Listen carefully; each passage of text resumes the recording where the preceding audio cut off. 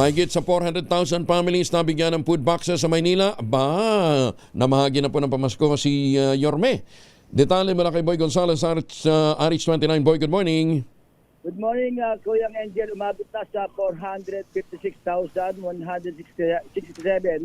ang naipamaging Christmas Noche Buena food boxes ng lokal na pamahalaan ng Manila para sa pamilyang residente ng Luzon, botante man o hindi, kabilang ang mga nangungupahan. Ayon kay Mayor Isko Moreno Dumagoso, layo rin ang programa na matiyak na walang pamilyang magugutom at may handang pagkain ang bawat tahanan sa pagsapit ng Noche Buena. Sa Parola Compound, nagtulong-tulong ang mga tauhan ng Manila Police District, Manila Traffic and Parking Bureau, Department of Public Services at the Department of Engineering, Public Coast pa mga volunteer at Antigong Police Maynila sa pag-atid ng Noche Buena food boxes na migit kumulang sa 26,000 pamilya.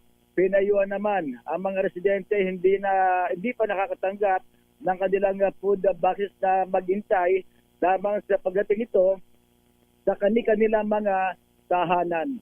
Ito si Boy Gonzales para sa Arizona sa Pilipinas, una sa Pilipinas. Boy, magkano daw magkano yung laman ng Noche Buena basket?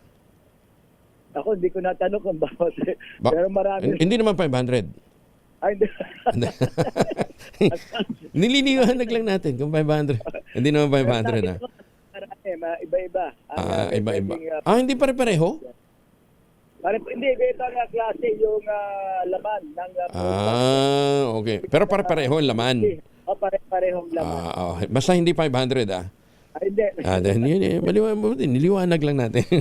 Okay. Thank you, boy.